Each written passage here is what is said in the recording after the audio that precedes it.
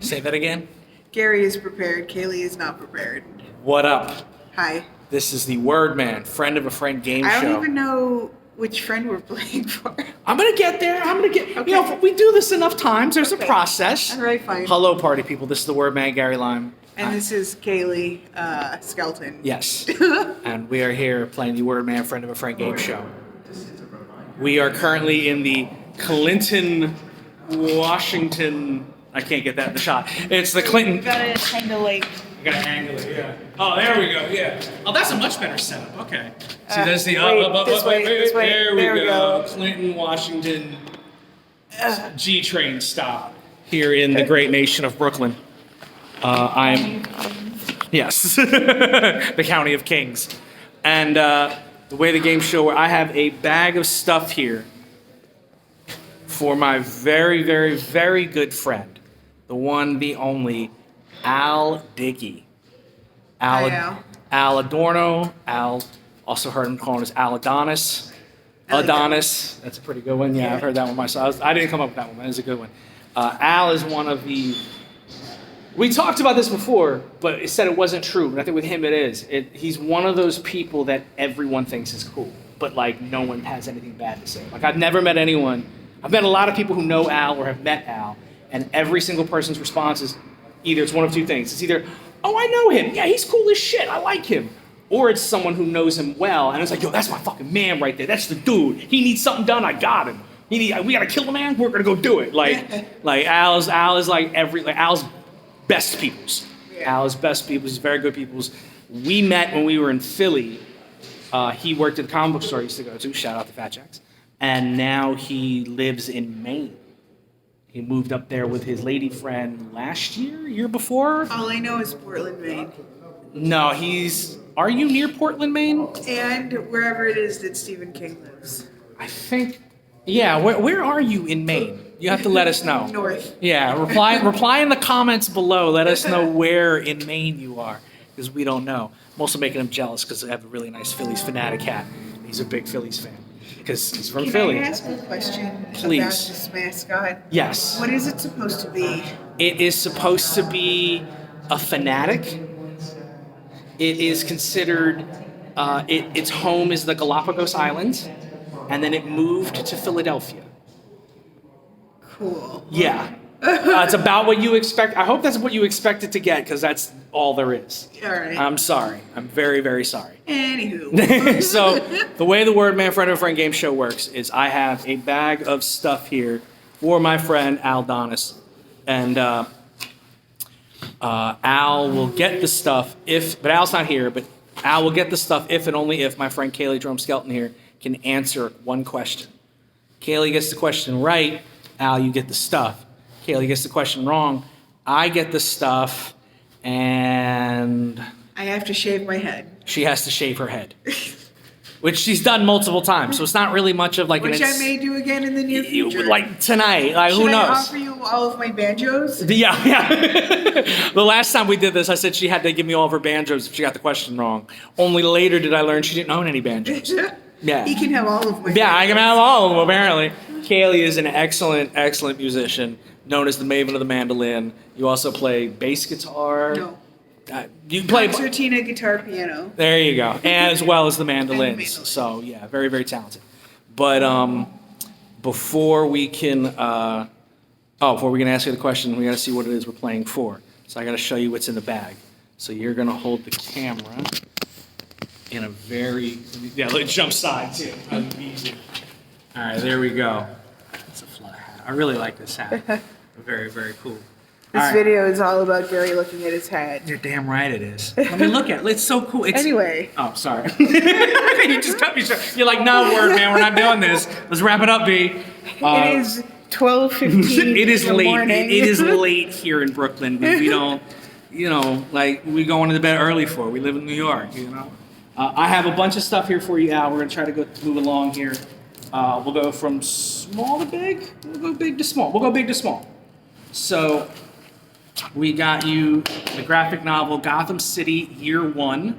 This is all about Gotham City in 1930s. I believe it's the 1930s. It's all about this kidnapping that happens to the Wayne family like 80 years before Batman shows up. So it's like, you know, when Bruce Wayne is a little kid. Probably, I'd call it like one of the 3 best comics that came out last year in 2023. They put them all out. They put all 6 issues in the trade. The trade's awesome. It's written by Tom King. Al, you know who that is. Tom King's an awesome writer. It's very, very good. You're going to like it very much. So we got that in here for you. Other thing we got here for you, I'm really excited about. We got you the X-Men number 141 and X-Men number 142. You, not being a big X-Men person, comic book person, you probably don't know. This is the Days of Future Past story. It's a 2-issue event where what happens, the entire story takes place in the future, where the Sentinels have basically rounded up humans, and mutants for that matter, into camps. And then they decide, the remaining mutants figure out a way to go back in time to try to prevent it from happening.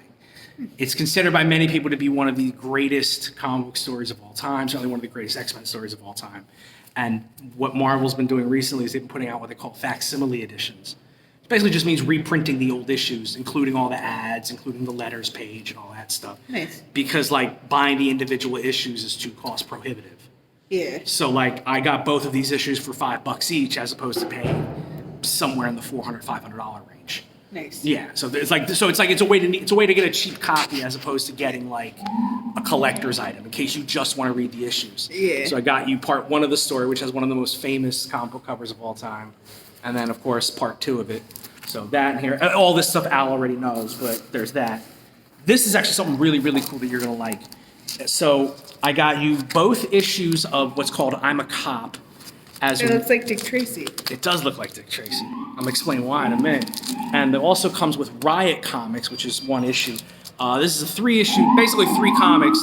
It's written and sort of drawn, air quotes drawn, by a cat named Johnny Dam.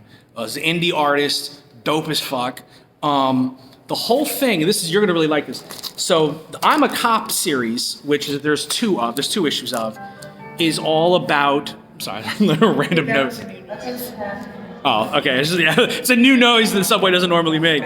So what it does is it takes quotes and speeches that cops have given about the severity of their job and what it's like, and then recontextualizes it with images to kind of like to deflate the propaganda that most cops tend to work with. You'd really like it. It's super, super, super great. It's super interesting. It's kind of hard to explain without seeing it, but once you see it, you're like, oh, that's what it's about. Riot Comics is actually about the 1988 Tompkins Square riot, which took place, the best ones, where, again, the same concept, where it just recontextualizes images from classic 1950s comics, like Dick Tracy, along with images to kind of give you a better idea of, like, basically being like, hey, all that, what they call propaganda is bullshit, and really these cops are not doing their job. And like really and doing a good example of showing that in an honest way. They're really, really dope. Shout out to the guy named Johnny Dam. If you can find him on Twitter, it's Dam, D-A-M-M. So definitely look him up. I got you this. He's got a bunch of other comics as well. Al, they're the comics for you. You would absolutely love them. That's in here for you. Oh, now you live in New England, and one thing about New England is that it's not Philadelphia. So I hear that. Can you tell I went to public school geography class? Pow! So that means I know how difficult it is for you to get Phillies gear. Because obviously they don't sell Phillies gear where he lives. They sell something for the Boston Red Sox. Ew. Right? Like the fuck.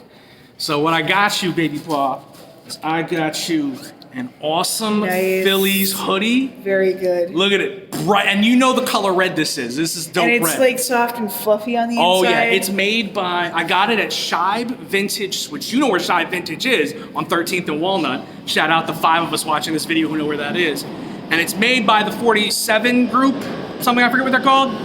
But I got this for you because I know you can't get it anywhere else. Sorry, it's a little loud, the subway train's coming. So hold tight there, C-Train.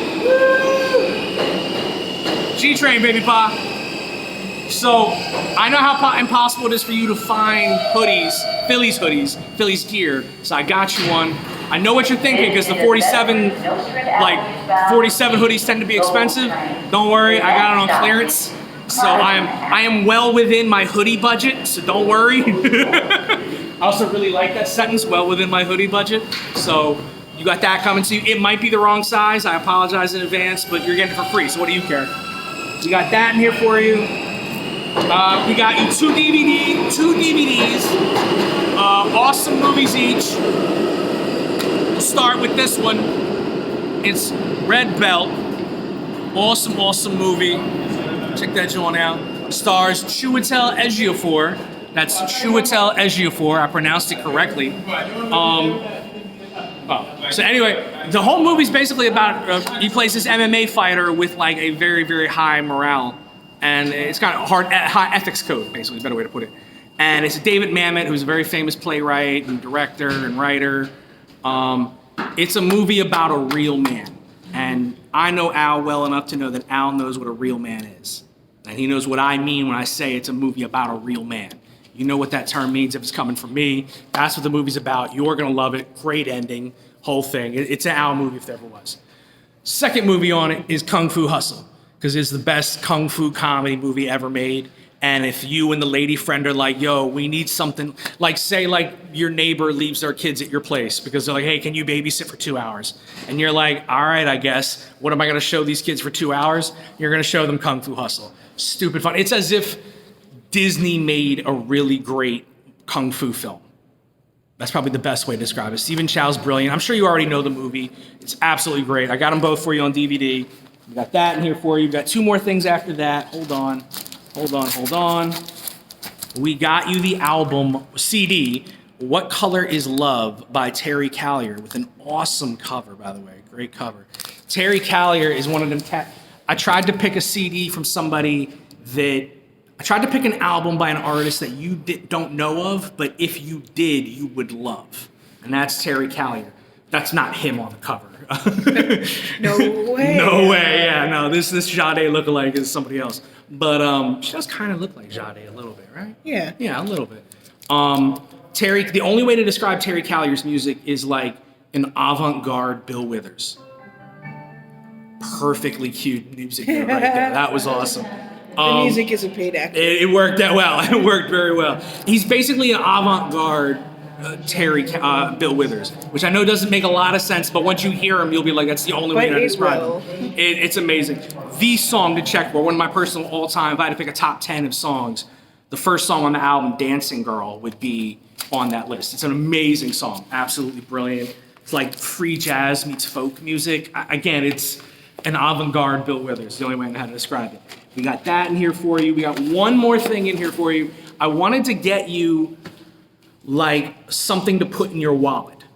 That way, like when you take your wallet, I have like people have like, I call them like wallet mementos, where you got that thing in your wallet that you take out that kind of helps you kind of find center, I guess. Like for me, I have a little card that has Hamlet's speech to the players. Speak the speech I pray you trippingly on the tongue, as I pronounce it, you trippingly on the tongue.